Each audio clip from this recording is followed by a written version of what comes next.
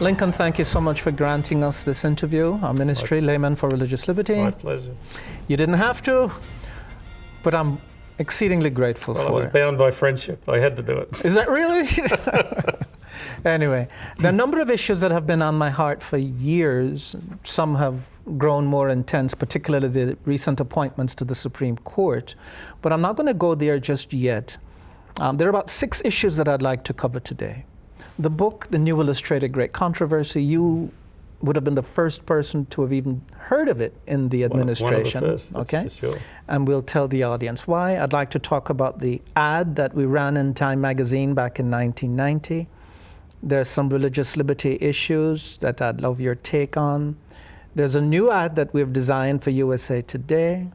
I'd like to talk broadly about finances and in particular about Liberty Magazine and how it's funded, and an issue that came up recently, the danger that I think is posed to the church by that lunatic teaching of the shepherd rod that they have been appointed to kill Seventh-day Adventist pastors. This pretty much summarizes it. All right, how did I meet you? Tell us about that. Well, I remember, not the year, we were trying to compare the year, but it was back certainly in the late 1980s when I was at Pacific Press. I was probably book editor at that time, and a lot of people were away at the time when I first met you, so I was keeping an eye on things in editorial. I remember going down to the photo vault, and you were down there with the director, and you were sifting through some of the artwork that we had, or they had, and there'd been an arrangement made where you could choose some appropriate photographs to produce this illustrated great controversy. And I think I knew a little bit ahead of time of what you had in mind, but I remember we spent a bit of time one of those days going through it, and you told me your plans, and it sounded great to me because I know Ellen White herself said very directly that this book should be distributed widely. It's not just for Seventh-day Adventists. So you had me on side right away, and I was very happy that the Pacific Press were willing to work with you. Of course, it was a job print, so they were doing it to keep the presses busy and maybe make $1 along the way. But of course, this just wasn't any job. They recognized that it would advance the truth of Seventh-day Adventists and of this remnant movement. So there was no problem. And as you know, things developed later. I believe to this day they were more political than theological, maybe more personality oriented, and it ended up not what you'd hoped and not what Pacific Press had hoped. We went there, it was Jim Arabito and myself, and the photographs were his photographs. I don't know if you recall that. You might have had some, but I know that there was, in fact, I was told there was a directive that you could have any picture in the Pacific Press vaults. Is that vaults. right? And they were not going to charge you. It was just sort of packaged in with producing that version. Okay. Well, in the end, Jim, I had been praying, and let me backtrack a bit. I joined this church 1972 at the age of 22 and was struck immediately by great controversy. And I've since read it cover to cover over 30 times. It has just boggled my mind. But after the first 10 readings or so, the thought began to grow in me, how can the church be so quiet? Yeah. How can we have a book like this? Do you realize that others are, for the most part, guessing about what is going to come in the last days, whereas we know, this is a very interesting book. I've thought about this after talking to you recently. I've thought about it again. On the face of it, great controversy might not seem absolutely appropriate for a non-Adventist. I can remember, I don't know if I ever told you this story, when I was in Australia a few years earlier than that, one of the church directors, good man, but he wasn't speaking for the church, but he got up and he waved great controversy. And he said, this is absolutely the worst book you can give to a non-Adventist, the worst book.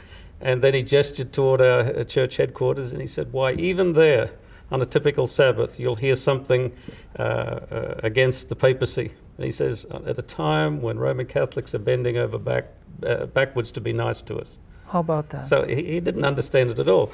But as I've read Great Controversy, not as many times as you, but I read it through and read it regularly. To me, it's in 2 parts. There's the history Of course. Of God's dealings through in the church through the ages that is very necessary for today, because it's not just in the political era, but misinformation is the order of the day. Like with Liberty Magazine, we're constantly trying to remind people of the real history of the United States, because those who want some sort of a theocracy, certainly a Sunday law, are always reinterpreting history. And after a while, if no one's telling the real story, people start to believe the false one. Thank you. So this history is needed. And once someone has read that, then they see God's dealings through the ages, then they see the time of the great apostasy, then they see the times of the persecution. Well, with that in hand, they've got the right understanding to then go on to the more prophetic elements of great controversy, Absolutely. where Ellen White speaks not just of the present, but of the near future and of the wrap-up of everything. And that's where she does reach out and say things that people will not get in any other place. And so I think it's vital. It ends up being a missionary publication, but initially it's information that people need so that they can talk our language. You know, I've often said this, that I think one of the problems that we face is that most Christians, you know, they'll give you the high points of the Bible, but from the point at which, you know, they'll talk about the creation and the flood and Noah and the exile and Israel going into captivity and the ministry of Jesus, and his ascension, but after that they draw a blank. Oh, you sure. know, and that history, the rise of the papacy, the persecution, even the Protestant Reformation. It's not known very well. Most of them absolutely don't know the reasons why this country came into existence, or how it came about, and why the government was structured the way it was. And this is what I'm constantly saying, that this country, which was once dominantly Protestant, has lost that character. Very much and so. implicit in that is they've forgotten the history of the Protestant Reformation. Okay. I want to go back to Boise, back to Pacific Press for a little bit, because I forgot something. When I went there with Jim,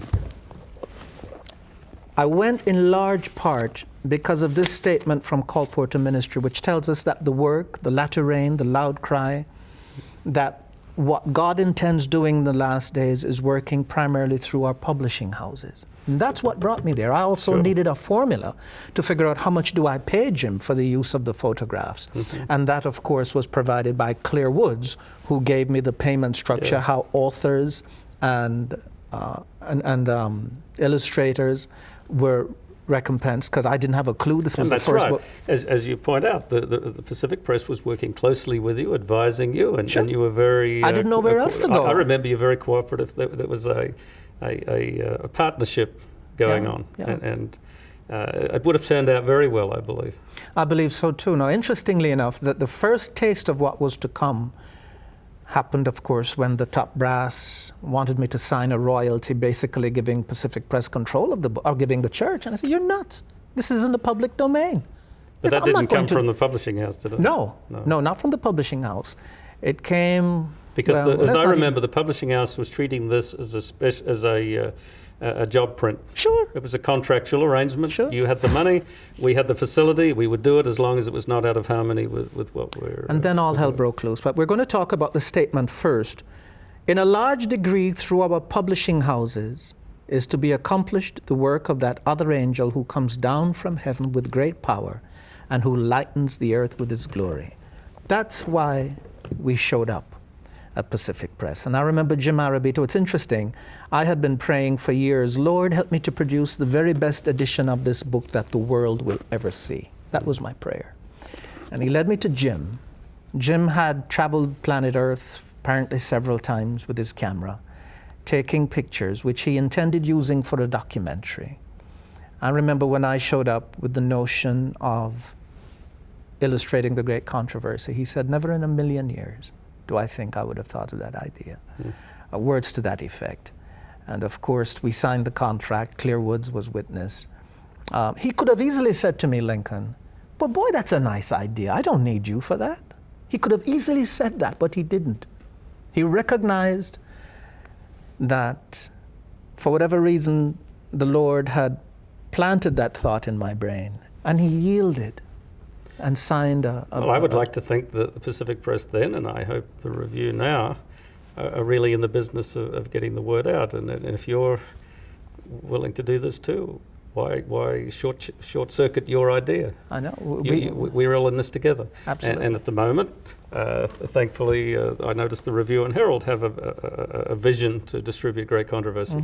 But I still think that your idea was, you're right, to make it something very attractive, inherently interesting, and even before they get into the text. Sure. Makes sense. And the text, there is a chapter here entitled An Era of Spiritual Darkness, beginning on page 49. In the old version, it was called The Apostasy. Let me read something for you. And I must tell you that some of the pictures that we're going to be talking about, I didn't have a clue. I did not know what a phallic symbol was. Jim Arabito was the walking encyclopedia who was blowing my brains. I mean, I just loved I can't his resist genius. making a comment. Phallic symbols. You and I, before the filming, were talking about the Washington Monument. Of course, and we're going to see a picture. There's the national phallic symbol. Sure, sure. I didn't know these things. So when I saw these photographs, left to Jim, he would have put 10,000 photographs in this book. We narrowed it down back and forth to about 450. In fact, somebody added them all up. I didn't, and told me there are 457 illustrations in the book, and I found that interesting. It was just mind-boggling. I wanted to take him to Jamaica to introduce him to my homeland, because anything, that was at a stage where I just wanted to share everything with the folk back home. And of course, he and I should have gotten on that plane the Wednesday, and they found his body on the Tuesday in Alaska. And of course, there are people who think he was murdered. I don't. I just believe, for whatever reason, God allowed Satan to take him out. Even though it is said the pilot knew the place like the back of his hands. And for me to start seeing Jesuits behind every tree, I'm not going to go down that road. If somebody has proof, that's a different story. But just speculation and hearsay. I don't believe Jim was murdered. And he was killed along with a missionary and I think 2 of his sons and so forth. But here it is, the contract signed. And our ministry now owns the copyright to this book. Jim Arabito, whose genius, whom God used, is dead. David Mould, with 2 horns and a tail, has the copyright. What do you make of a God? I mean, I see myself as utterly unworthy. What do you make of something like that? What kind of how do you see a God doing that? What's the whole? I'm not asking you to be God, but from my observation, you felt that you were being called upon to make it happen. He could have easily called Jim. There were his photographs. Yeah. You see what I'm saying? Yeah. Why me?